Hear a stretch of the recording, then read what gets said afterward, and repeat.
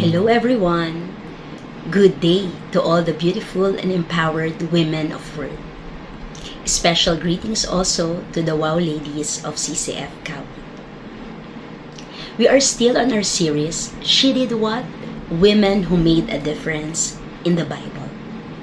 And today, we will study and learn about a particular woman who was nameless, yet of noble character. She was a servant girl who in turn became a blessing. And for our main principle today, I invite everyone that let us read it all together. Face your seatmate. Even through the twists and turns of our lives, when we partner with God, He will make us a blessing to become a lasting legacy for His glory. This story found in 2 Kings chapter 5 verses 1 to 19 is a story that cannot be told apart from God, because we will find out later that every part of the story in the lives of each character is the hand of God. And there are 3 points that we will take a look. These 3 points are God's initiative, God's instrument, and God's intent. For the number 1, God's initiative can be found in 2 Kings, once again, chapter 5, verses 1 to 2. Now Naaman was commander of the army of the king of Aram. He was a great man in the sight of his master and highly regarded, because through him the Lord had given victory to Aram. He was a valiant soldier, but he had leprosy. At the start of the story, we can now see the number 1 character. So we meet Naaman. Naaman was a great man. He's a highly respected commander of the Syrian army. And sad to say that he has a leprosy, an incurable skin disease. But we can find in the highlighted portion of the verse that through him, it is pertaining to Naaman, the Lord had given victory to Aram. It's a surprise because we can see here that the Lord has given victory to Aram or to Syria through the soldier named Naaman. It is a surprise because Aram is a place or people who are against the Israelites. They are bullying the Israelites. But during this time, the Lord allowed that they will have victory against the Israelites. Because, as a little background, during that time, the Israelites are rebellious against God. They have hardened hearts. And it is the way of the Lord to remind them that they cannot do anything apart from God. So, if this is God's way, that the Aram will be victorious through the soldiers and in particular through Naaman, he's using Naaman. But this soldier had leprosy. So, we will ask, what was God up to? No? Anong iniisip ng Panginoon? Diba? Bakit siya gagamit ng itong tao na to na hindi nakakakilala sa Panginoon and at the same time may sakit na leprosy, diba? Anong plano ng Panginoon? So still, about God's initiative, we will now meet the second character from this story. So now, bands of raiders from Aram had gone out and had taken captive a young girl from Israel. So now, we will meet the young girl from Israel who was kidnapped and was brought to Aram. And yet, she was kidnapped, and yet she did what? She waited on or served Naaman's wife. So here, in particular part, we will see that God is using a particular instrument to reach out a certain person or people to know about Him. So we will see here that the young servant girl or the young Israelite woman waited on, or in the Hebrew word, it could be known as serve, Naaman's wife. So this means that the servant girl was alert and attentive to Mrs. Naaman's needs. She was present there. She was up close and personal to meet the need of her master or mistress. So what was God up to? Is this merely a coincidence that a young Israelite woman is now kidnapped and in the place of the enemy? So we shall see that this is not a mere coincidence, but it was God's divine appointment. In Isaiah 55 verse 9, it is said that, "For as the heavens are higher than the earth, so are the Lord's ways higher than your ways, and God's thoughts than your thoughts." So isn't it amazing that even though we do not see the whole step-by-step or the plan of God, but still He is a sovereign God who is working out His purposes for His glory. So, the second time around, the young servant girl did what? So, a little Miss Nobody dared to openly speak to a Mrs. Somebody to help her husband, Mr. Somebody, a supposed enemy of Israel who's desperately sick of leprosy, to get healed by the living God through the prophet Elisha. The servant girl said to her mistress, "If only my master were with the prophet who is in Samaria, then he would cure him of his leprosy." Like a ripple effect, the servant girl's faith obedience in God awakened the hope in Mrs. Naaman, in Naaman himself, and even in the king of Aram, who supported Naaman 101%. As we know, the servant girl does not have any right to approach her master, her mistress, and tell or suggest something. But because of the compassion that the servant girl felt towards her master, that despite being a slave, the servant girl showed compassion towards Naaman and desired for him to be healed of his leprosy.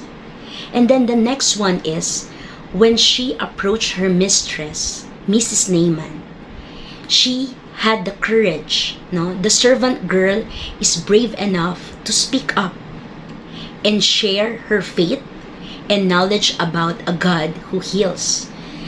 That God has the power to heal through the prophet Elisha. That during that time when Mrs. Naaman heard about this, she listened to the servant girl. So what do we learn from the servant girl? You know, our words are very important.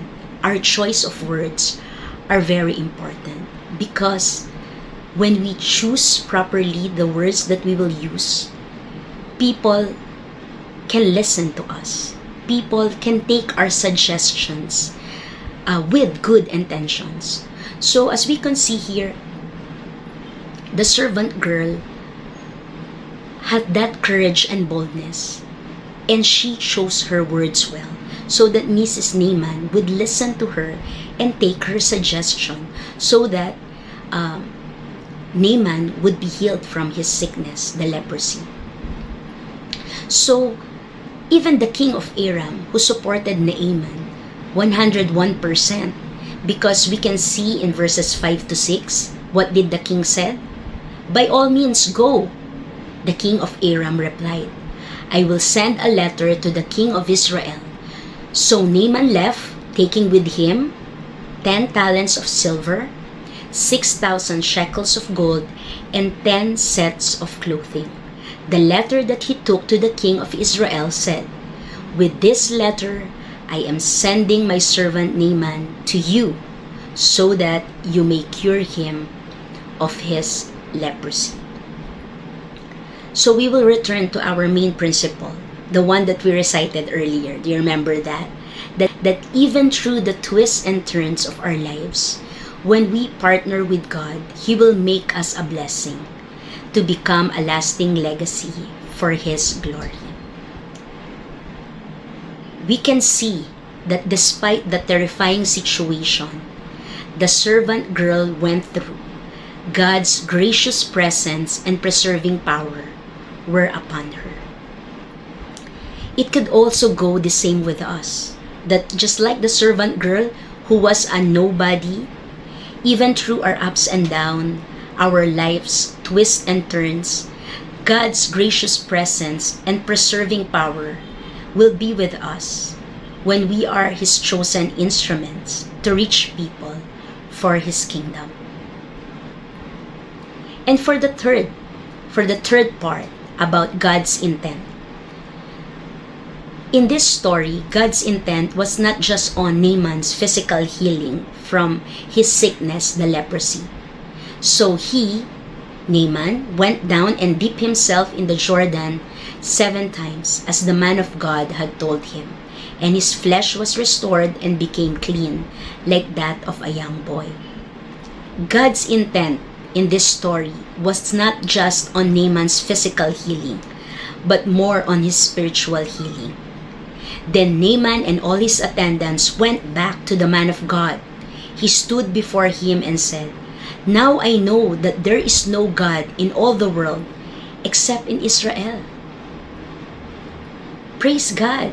That was a double blessing. Naaman not only got healed from his leprosy, he also got healed spiritually when he realized in verse 15 that Naaman told the prophet Elisha, "Now I know that there is no God in all the world except in Israel."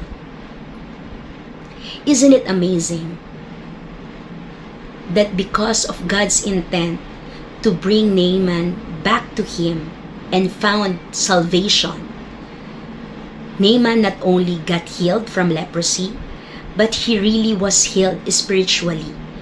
And he testified, he declared that there is no God in all the world except in Israel.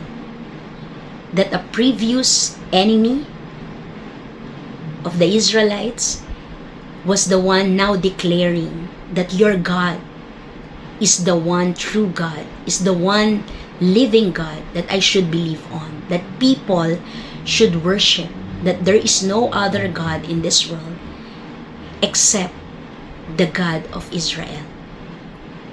So, as we can see, and this question could be bothering, how could the servant girl do all those sincere acts of kindness despite the harm done to her at the start? As we will notice, it is because of the servant girl that Mrs. Naaman and Naaman came to know about God. It was about the servant girl who suggested to Mrs. Naaman that there is a prophet Elisha who is being used by God to heal people from their illnesses or sicknesses. And then, when Naaman believed and really went to Israel to the prophet Elisha, that was the time when he was healed. So we will return to the question that how could the servant girl do all those sincere acts of kindness despite the harm done to her at the start? Remember, she was kidnapped from Israel and then brought to Aram. So she could have been bitter. She could have kept to herself the knowledge that there was someone who could heal his master Naaman. But because of her faith obedience overflowing from her ongoing relationship with God, that was the reason that empowered her to see, to love, and live as God sees, loves, and lives the big picture mindset. So what is this big picture mindset? We can find this in Romans chapter 8 verse 28, and it says, "And we know that God causes all things to work together for good to those who love God, to those who are called according to His purpose." As we know, this young girl this young servant girl was very young, and she was separated from her family because she was being kidnapped. So probably during that time, she do not see the big picture of what God is doing in her life, of what God's plans are for other people, especially for his master Naaman. But because she has this particular big picture mindset, because of her faith obedience in God, because she has an ongoing relationship with the Lord, she know that God causes all things to work together for her good. Because she loves God, she will keep on trusting God wherever God may bring her. In our case, we may be in a situation right now where we cannot understand what is going on in our lives. Or probably God has brought us into a situation where He will use us to be of influence to others. God will use us to bring the message of salvation to our homes, to our workplace, to wherever it is that God is leading us. So if we will be like the servant girl, being faithful, that even though she was in a foreign land, she is willing to share her faith with others. She is of great courage, that she knows that she needs to be bold in sharing about her faith to others so that many more people will come to know about her true and living God. Then God can also use us effectively into the place where we are right now. I pray that we will also have this God's big picture mindset, that whatever is happening in our lives, whether we understand it or we don't know what God is doing, let us be comforted that God's hand is present in our lives and in the lives of the people surrounding us. Sisters, God can use you right now kung saan ka man nilagay ng Panginoon. Ano man ang estado mo sa buhay mo, whether you are young or you thought you are old, there is no age, there is no status in the eyes of God kung tayo po ay magpapagamit sa Kanya. At ibibigay natin ang lahat ng kaluwalhatian para sa Kanya. So, let us be reminded that God works together for good to those who love Him. Na tayo po ay tinawag sa purpose ng Panginoon at pwede rin tayong maging kagaya ng servant girl na gagamitin ng Panginoon para marami pang makakilala sa Kanya na mga kababaihan na tulad natin. So, be reminded that you are a woman of worth. You are important and loved in the eyes of God. And you can make a difference and you can be a blessing to the lives of other people. So once again, I thank you for this opportunity to share this story from the Bible about the young servant of Naaman. She was nameless yet of noble character, and I pray that each one of us will be just like her, giving glory to the Lord through our lives, with or without recognition. Once again, God bless you everyone. Hope to see you soon. To God be the glory. So for the discussion questions, as you share this to one another in your group, I pray that you'll be able to share your own experience and be an encouragement to others. And to those who are struggling, this is also an opportunity for the group to pray for one another and be an encouragement also. Be a source of encouragement to our sisters in Christ. So once again, I pray that each of us will be a blessing to one another in our group. God bless you all.